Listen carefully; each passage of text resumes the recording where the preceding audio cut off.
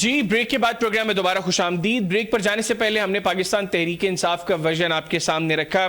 अभी इसी 26 में यानी तरमीम और पाकिस्तान तहरीक इंसाफ के जो मुमकिन एहतजाज है उसके ऊपर बात करेंगे, और इसके लिए मुझे वीडियो लिंक पर लाहौर से ज्वाइन किया है पाकिस्तान मुस्लिम लीग नवाज की रुकने पंजाब असम्बली उज़्मा कारदार साहिबा ने। उज़्मा साहबा, बहुत शुक्रिया आपके वक्त का। अस्सलाम वालेकुम। जी वालेकुम अस्सलाम। उज़्मा साहबा, सबसे पहले तो अभी हुकूमती एंड से ये बातें हो रही हैं कि तैयारियां जोरों शोर से जारी हैं और किसी भी सूरत में 25 अक्टूबर से पहले ये कॉन्स्टिट्यूशनल अमेंडमेंट जो है ये करनी है। आपको लगता है कि गवर्नमेंट 25 अक्टूबर से पहले ये अमेंडमेंट कर पाएगी? क्योंकि एज ऑफ नाउ ना तो मौलाना फजलुर रहमान साहब माने हैं और ना ही तहरीक इंसाफ जो क्लेम कर रही है कि उनके अरकान जो है वो टूटे हैं। जी बिस्मिल्लाहिर्रहमानिर्रहीम, बहुत शुक्रिया आपने मुझे इनवाइट किया। हैदर, अगर आप पीछे नजर दौड़ा के देखें तो आईनी तरमीम कभी भी इतनी आसानी से नहीं हो सकी। उसके लिए बड़ी तगोदौ करनी पड़ती है, उसके लिए सारी पार्टीज को ऑन बोर्ड लेना पड़ता है। आपको पता है कि ये एक पब्लिक इंटरेस्ट में हम चीज कर रहे हैं, हमारा इसमें कोई जाती मफाद नहीं है। और इसमें जितने भी हमारे साथ पार्टी शामिल हैं, रूलिंग पार्टीज, वो उन सबको हमने ऑन बोर्ड लिया है। और 2/3 तो हमारे पास अगर मेजॉरिटी नहीं होगी तो जाहिर है फिर हम आईनी तरमीम नहीं कर सकेंगे। लेकिन कोशिश हमारी पूरी है कि हम बहुत जितनों मैक्सिमम लोगों को ऑन बोर्ड ले लें। मौलाना साहब के साथ भी हमारी जो है मुज़ाकरात और उनसे बातचीत चल रही है, उनका मसवदा भी आ गया है, हमारा भी है, पीपल्स पार्टी का भी है। आपको पता है कि पार्लिमानी पार्टी जो बनी है उसमें तमाम पार्टीज के लोग बैठे भी हुए हैं, मुशावरत भी कर रहे हैं और इसके मुतालिक बहस भी हो रही है।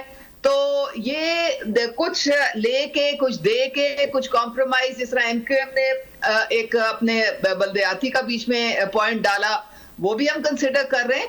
तो हम सबको साथ लेके चलने वाली जमात है और इंशाअल्लाह ताला हमें पूरी उम्मीद है कि मुल्क के बेहतर मफाद में हम एक कंसेंसस पे आ जाएंगे और इंशाअल्लाह ताला ये तरमीम, आईनी तरमीम जो है ये बिल्कुल जो है पब्लिक के सामने कुछ दिनों के बाद ये हो जाएगी। अच्छा उज़्मा साहिबा, आपने कहा पब्लिक इंटरेस्ट में है, लेकिन बहुत सी पॉलिटिकल पार्टीज जो इस वक्त पार्लियामान में मौजूद हैं, जिनके वोट्स की भी आपको बहुत ज़रूरत है, वो ये समझती हैं कि इसके बहुत से निकात उनकी बिल्कुल ज़रूरत नहीं और बहुत सी ऐसी चीज़ें जो गवर्नमेंट ने अपने मसवदे में रखी हैं उनको भी तब्दील करने की ज़रूरत है। गवर्नमेंट का जो मेन फोकस है वो कॉन्स्टिट्यूशनल कोर्ट्स पे है। पीपल्स पार्टी भी मेरा ख्याल है कि इस पूरी आईनी तरमीम में और किसी चीज़ को लेके कंसर्न नहीं है, सिर्फ कॉन्स्टिट्यूशनल कोर्ट्स के मामले पे पीपल्स पार्टी जो है वो भी काफ़ी सीरियस है। जमीयत उलमा इस्लाम अपनी पोजीशन कैटेगोरिकली क्लियर कर चुकी है। उन्होंने कहा जी कि ना तो कॉन्स्टिट्यूशनल कोर्ट्स की ज़रूरत है, ना हम माशी तौर पे अफोर्ड करते हैं कि अब इतने फंड्स जो हैं वो एक नई अदालत को लगा दें। तो बेहतर ये है कि ना आपके पास केसेस इतने ज़्यादा हैं, ना ज़रूरत है आपने कुछ करना है, आप कॉन्स्टिट्यूशनल बेंच कॉन्स्टिट्यूट कर दें। आपको लगता है कि गवर्नमेंट इस चीज़ के ऊपर अग्री हो जाएगी कि ठीक है हम कॉन्स्टिट्यूशनल कोर्ट्स नहीं बनाते, हम कॉन्स्टिट्यूशनल बेंच जो है वो बना देते हैं? हैदर, बात सारी ये है कि कॉन्स्टिट्यूशनल कोर्ट तो कायदे आजम जो थे रहमतुल्लाह अलैह वो भी उसके फेवर में थे। और अगर आप दुनिया के बाकी ममालिक में नजर दौड़ाएं तो कम से कम 85 ममालिक हैं जिसमें कॉन्स्टिट्यूशनल कोर्ट्स हैं।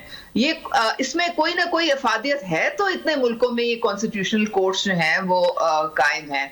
तो अगर हम उसकी तरफ बढ़ रहे हैं तो उसका भी मकसद ये है कि जो 60,000 केसेस जो कि लोगों के साल से पड़े हुए सुप्रीम कोर्ट में और उनकी कोई सुनवाई नहीं होती, उनकी डेट ही नहीं लगाई जाती, क्योंकि सारा वक्त जो है सुप्रीम कोर्ट हमारी जो है उलझी रहती है सियासी केसेस में। तो इसलिए बहुत जरूरी है कि इसको हम अलहदा कर दें ताकि लोगों को जो तकलीफ का सामना है, और लॉयर्स की चांदी लगी है, आपको पता है एक केस जो है लाखों रुपए लोग बेचारे देते हैं, फिर भी उनके 20-20 साल से केस लटके हुए।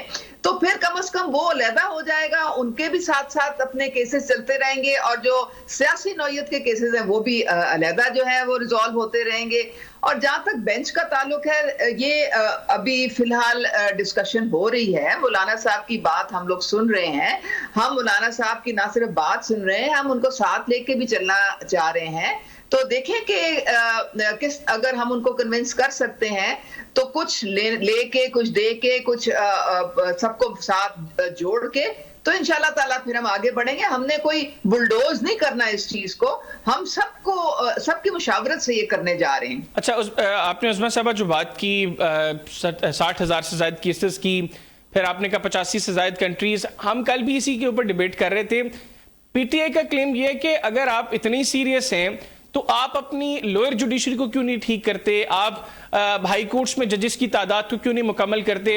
आप लोग अगर सीरियसली सिर्फ पब्लिक इंटरेस्ट में ये कॉन्स्टिट्यूशनल कोर्ट्स बनाना चाह रहे होते तो आप लोग पहले ये देखते कि हमें इससे पहले क्या क्या कुछ करने की जरूरत है। तो वहां पे आपकी कोई तवज्जो नहीं है। एज पर पीटीआई आप लोग सिर्फ अपने मफाद के लिए इन कोर्ट्स की तश्कील चाहते हैं और आप चाहते हैं कि हर चीज आपके अपने कंट्रोल में हो और आपके इक्तदार को तूल मिले। देखिए हैदर, इक्तदार आज हमारे पास है, कल किसी और के पास होगा। तो आप ये कैसे कह सकते हैं कि हम अपने फायदे के लिए कुछ कर रहे हैं? ये तो इसका तो कोई गारंटी नहीं होती कि इक्तदार किसके पास है। इनको पीटीआई वालों को जो है ये जो है इनका रोना पिटना खत्म नहीं हो रहा है। इनको असल में गुड टू सी यू वाले कोर्ट्स की डिसीजन जो है उनकी आदत पड़ चुकी थी। अब इनको और किसी किस्म की जो कोर्ट की डिसीजन है इनको मंजूर ही नहीं है। तो ये आप जो लोअर जुडिशरी की बात कर रहे हैं, बिल्कुल हम 100% इसमें यकीन रखते हैं कि उधर भी रिफॉर्म्स की बहुत जरूरत है। उधर भी हम जाएंगे, बढ़ेंगे लेजिस्लेशन की तरफ ताकि उसमें भी बेहतरी आए। हमने शुरू ऊपर से किया है और स्लोली एंड ग्रेजुअली हम नीचे तक जाएंगे। बिल्कुल ऊपर से लेके नीचे तक हमें जुडिशियल रिफॉर्म्स की जरूरत है। I totally agree with this. तो हम ये कोई नहीं कह रहा कि जी इस आईनी तरमीम के बाद लोअर जुडिशरी की तरफ हम नहीं जाएंगे। उनके लिए भी हम जो मुनासिब लेजिस्लेशन करनी होगी, कानून साजी करनी होगी, वो भी करेंगे ताकि वहां पे भी अवाम को रिलीफ मिले। अच्छा उस्मा साहब, आपने कहा कि इस यहाँ पे मामला कुछ लो और कुछ दो की बुनियाद पर गवर्नमेंट सेटल करने की कोशिश करेगी। थोड़ा सा क्लियर कर दें। मैं तो शायद आपके लो और दो को समझ रहा हूँ कि आप कुछ पॉइंट्स उनके अपने मुसवदे में ऐड करेंगे या उन अपने पॉइंट्स उनको समझाने की कोशिश करेंगी, लेकिन तहरीक इंसाफ यहाँ पर ये क्लेम कर रही है कि हमारे तो अरकान को बाकायदा पैसों की ऑफर की जा रही है कि जी पैसे लेके आईनी तरमीम के लिए वोट करें। असद कैसर साहब ने कहा जी कि 20 करोड़ से इनकी ऑफर्स जो है वो शुरू हुई हैं। फिर मेरे प्रोग्राम में परसों मलिक शफकत अवान साहब ने कहा कि मुझे 70 करोड़ की ऑफर हुई है कि 70 करोड़ के अगेंस्ट जो है मैं वोट जो है आईनी तरमीम के लिए हुकूमत को दूं। तो हुकूमत क्या वाकई इतनी इस तरफ जो है वो जा रही है कि पैसे दे के वोट्स खरीदने की कोशिश की जाए? आप इनका तमाशा देखते जाएं, ये शुरलियां रोज जो छोड़ते हैं। भाई मैं तो इनसे एक सवाल पूछना चाहती हूँ, अगर ये इतने कॉन्फिडेंट हैं कि अभी हमारे लोग हमारे साथ खड़े, तो आपको क्या प्रॉब्लम है भाई? आप तो कह रहे हैं कि कोई हमें छोड़ के नहीं जाएगा, किसी को ये तोड़ नहीं सकते, तो आप चिल करें, आपको क्या प्रॉब्लम है? ये नहीं देखे ना, मफरूजों पे बात करनी, इल्जामात की बारिश करनी, ये कहना फलाने को पकड़ लिया धकड़ लिया। भाई खुदा के लिए कुछ सबूत तो लेके आए। आपको पता है ये मुझे क्या कहते थे कि जी इन्होंने 23 करोड़ लेके तो पार्टी छोड़ी है, इनकी ऐसी की तैसी मैंने फेरी, क्योंकि जो ये कहता था मैं फिर उसको लीगल नोटिस भेजती थी और मैं कहती थी कि आप मेरे बानी करके इसको साबित करें या फिर आप कोर्ट में आए। तो फिर उसके बाद इनकी बोलती बंद हो जाती थी। तो सोशल मीडिया पे आप जो मर्जी इल्जामात किसी के ऊपर लगाते रहे, उससे क्या फर्क पड़ता है? अब आपने तो ग्राउंड रियलिटी देखनी है ना। अब हम अगर कह रहे हैं कि हमारे पास नंबर्स हैं और हम बाकायदा तरीके से सब जमातों को साथ लेके चल रहे हैं बशमूल मौलाना साहब के, तो अगर हमारे नंबर पूरे होंगे तो तभी ये आईनी तरमीम होगी ना। तो फिर ये अपने लोगों को संभाल के रखें, हमें कोई मसला नहीं है वहां पे। तो हम तो अपने तरीके से अपने नंबर पूरे कर रहे हैं। ठीक है, तो उसमें से 25 अक्टूबर से पहले क्यों?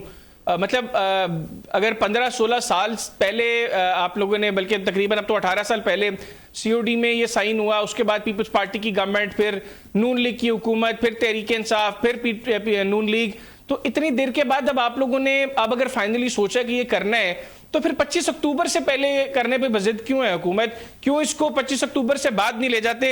या इवन आप भी जो कायदे आजम के हवाले से बात कर रही हैं कि उन्होंने जो है वो तजवीज़ दी थी कॉन्स्टिट्यूशनल कोर्ट्स की, पीपल्स पार्टी भी ये बात कर रही है और उस पर जो हवाला दिया जा रहा है वो गोलमेज कॉन्फ्रेंस का दिया जा रहा है जो 27 अक्टूबर 1931 को लंदन में हुई। तो 25 अक्टूबर की बजाय अगर कायदे आजम ने तजवीज़ 27 अक्टूबर को दी थी तो आप इसको भी टेबल 27 अक्टूबर को ही कर दें। देखिए, हमने तो पहले ही इसको मौखर किया है। हमने जो शंघाई ताउन कॉन्फ्रेंस है, पहले हम सोचे थे उससे पहले लेके आने के लिए, लेकिन हमने उसकी खातिर इसको मौखर कर दिया। हम और भी मौखर कर सकते हैं, ऐसा कोई मसला नहीं है, हमें कोई प्रॉब्लम नहीं है। बात सारी ये है कि अगर ये तो जब भी हमारे सारी पार्टीज ऑन बोर्ड होंगी, चाहे वो 25 को हो या 23 को हो या 28 को हो, तभी ये आईन आएगी, ये आईनी तरमीम आएगी। देखिए, बात सारी ये है कि मसला तब शुरू हुआ जब सुप्रीम कोर्ट में हमने देखा कि आईन की तशरीह की बजाय उसको रीराइट करना शुरू कर दिया गया है। और जब आप रीराइट करते हैं तो फिर एक कॉन्स्टिट्यूशनल क्राइसिस हो जाता है, एक आईनी बहरान पैदा हो जाता है और आप एक दूसरे के ऊपर ओवरस्टेपिंग करते हैं और सारा निजाम आपका दरम भरम हो जाता है। लेजिस्लेशन जो है वो पार्लियामान का काम है, उनका इस्तेहकाक है, किसी और का नहीं है। तो ये सारा जो मामला खराबी की तरफ बढ़ा और मुल्क जिस नहज पे पहुंचा, ये उसी आईनी कॉन्स्टिट्यूशनल क्राइसिस की वजह से है।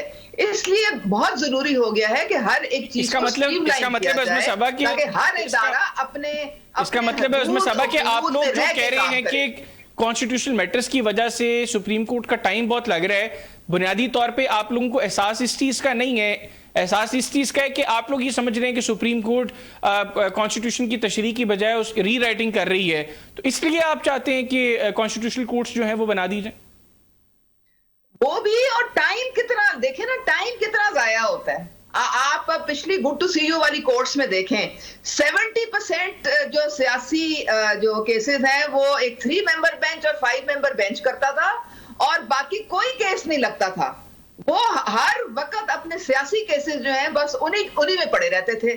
तो ये तो बहुत एक मकसद है कि ये एक आम पब्लिक के लिए तो बड़ी दुश्वारी है ना इसमें कि उनके केस को कोई प्रायोरिटी मिलती नहीं है। वहां पे हर वक्त कोई ना कोई हमारा सियासी क्राइसिस ही चलता रहता है, जिसकी वजह से सुप्रीम कोर्ट उसी में फंसा रहता है। ठीक हो गया, सबके सामने। ठीक है, अच्छा ये भी बताइएगा कि अब तहरीक इंसाफ ये कह रही है कि इमरान खान साहब से मुलाकात की इजाजत नहीं दी जा रही, और अगर इजाजत नहीं दी जाती तो 15 अक्टूबर को इस्लामाबाद में जिस वक्त SCU समिट हो रहा होगा तो तहरीक इंसाफ इस्लामाबाद में एहतजाज कर रही होगी।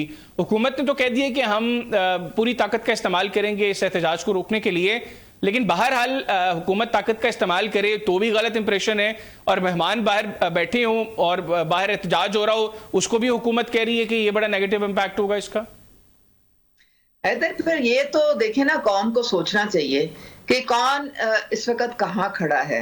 अगर आपको पाकिस्तान की तरक्की में कोई दिलचस्पी है, अगर आपको इस चीज में दिलचस्पी है कि आपके 12 मुल्क के हेड्स ऑफ स्टेट आ रहे हैं और आपकी मईशत जो है ये उसकी खातिर सारी कॉन्फ्रेंस की जा रही है, तो फिर तो आप कभी सोच ही नहीं सकते कि आप इसमें रखने डालें या इसमें कोई किसी किस्म का भी अपसेट होने दें। अगर आपको ये समझ नहीं आ रही है तो फिर कौम को पता चल जाना चाहिए कि पाकिस्तान रेड लाइन है ही नहीं, ये रियासत को अब ब्लैकमेल कर रहे हैं, हमें ये करके देंगे तो फिर हम वो करेंगे। भी अगर आपने बातचीत करनी थी तो बातचीत करने का ये तरीका होता है कि आप रियासत को ब्लैकमेल करें और उसको धमकियां दें और मईशत को डिरेल करने की कोशिश करें और पाकिस्तान को पूरी दुनिया में बदनाम करने की कोशिश करें। अभी ऑलरेडी वो एक पार्लियामेंट में इन्होंने जो कहा कि जी हम तो शोर मचाएंगे अगर चाइनीज प्रीमियर आएगा वहां पे स्पीच करने, तो उन्होंने अब उनके सेकंड थॉट्स हो गए वहां पे चाइना में कि जी एड्रेस करना चाहिए कि नहीं पार्लियामेंट के जॉइंट सेशन को। तो ये क्या तमाशा है भाई, ये नहीं चाहते कि पाकिस्तान की कोई साख बने, कोई इज्जत रहे इस दुनिया में और पाकिस्तान की मईशत की कोई बहाली होए। मुझे इन बातों का आप जरा जवाब दे दें। तो फिर हुकूमत अगर तहरीक इंसाफ के मुतालबे पर अमल नहीं करती और तहरीक इंसाफ जो है वो प्रोटेस्ट करती है, फिर आप 15 तारीख को क्या हालात देख रही हैं इस्लामाबाद में? देखिए, हम तो किसी सूरत में ये बर्दाश्त नहीं कर सकते कि शंघाई ताउन कॉन्फ्रेंस में कोई जरा बराबर भी डिस्टर्बेंस हो। आपको पता है पिछले साल वहां पे इंडिया में G20 का जब समिट हुआ था, तो दिल्ली सरकार की और मोदी सरकार की आपस में बहुत ज्यादा चपकलश थी और आपस में बहुत डिफरेंसेस थे। तो उन्होंने पूरा कर्फ्यू लगा दिया था मोदी सरकार ने दिल्ली पे, क्योंकि वो अफोर्ड ही नहीं कर सकते थे कि पूरे 20 ममालिक से सारे लोग आ रहे हैं और इतनी इंपॉर्टेंट कॉन्फ्रेंस है और यहाँ पे जनाब ड्रामा और तमाशा हो रहा है। तो आपको पता है 245 भी है वहां पे, और ये आ जाए, ये मेरे इनकी तो अपनी पार्टी में डिविजन्स हो गई हैं। इनके अपनी पार्टी के ज्यादातर लोग जो सेंसिबल हैं और जो पाकिस्तान के लिए हिब्बे वतन है, वो खुद कह रहे हैं कि खुदा के लिए मौखर कर दें, ये आप सही नहीं कर रहे हैं। अब आप देख लेना, जो अपनी पार्टी में इनके लोग जो हैं वो इनके साथ नहीं है, तो ये कहां से, ये कौन लोग हैं जो ये इंतशार फैला के पाकिस्तान को डैमेज करना चाह रहे हैं जब इतनी इंपॉर्टेंट एक कॉन्फ्रेंस होने जा रही है। तो फिर आप गवर्नमेंट क्यों अलाउ नहीं कर देती? उनका जो एक ही बड़ा मुतालबा है कि इमरान खान साहब से मुलाकात करवा दी जाए, उनके तबीब की या उनके वकला में से किसी की या उनकी फैमिली में से किसी की, तो गवर्नमेंट उनकी मुलाकात करवा दे। हैदर, फिर तो आप देखें, फिर तो हर दूसरे दिन कोई उठेगा और रियासत को ब्लैकमेल करेगा, तो फिर तो ये रोज ड्रामा चलेगा ना। तो फिर आप सोच लें, फिर रियासत हर दफा ब्लैकमेल होगी। फिर आप बनाना रिपब्लिक कह दें पाकिस्तान है, फिर आप ये कह दें कि जी पाकिस्तान जो है वो हर एक के हथे चढ़ जाएगी, कभी एक के, कभी दूसरे के, कभी तीसरे के, फिर तो कोई इसकी आखिर ही नहीं है। यानी गवर्नमेंट किसी तौर पे इमरान खान साहब से मुलाकात के हवाले से भी लचक नहीं दिखाएगी, और अलाउ तो डेफिनेटली आप लोग नहीं करेंगे। आपको पता है हैदर, आपको पता है कि जो इमरान खान को VIP ट्रीटमेंट किसी और कैदी को आपने देखा है? मैं कहती हूँ मौजे हैं, हजार मीटिंग्स इनकी वहां पे अडियाला में होती रही हैं लोगों के साथ, किसी पे कोई बंदिश नहीं। एंड रिजल्ट क्या निकला? एंड रिजल्ट ये निकला कि गंडापुर को हुक्म दिया गया कि तुम गंडासा उठाओ, क्लैशिनकोव उठाओ और चढ़ाई कर दो वफाक पे। तो अडियाला से तो ये खबरें अब लेके लोग निकलते हैं और ये अहकामात लेके लोग निकलते हैं, फिर आप ये चाहते हैं। बिल्कुल ठीक हो गया, बहुत शुक्रिया उज़्मा कारदार साहिबा, आपने प्रोग्राम के लिए खुसूसी तौर पर वक्त निकाला। नाज़रीन, पाकिस्तान मुस्लिम लीग नवाज की रुकने पंजाब असम्बली उज़्मा कारदार साहिबा हमारे साथ मौजूद थी, गुफ्तगू उनकी आपने सुनी। आपसे मुलाकात होगी इंशाल्लाह अगले हफ्ते, तब तक के लिए मुझे और न्यूज़ फ्रंट की टीम को इजाज़त दीजिए। अल्लाह हाफ़िज़। पाकिस्तान जिंदाबाद।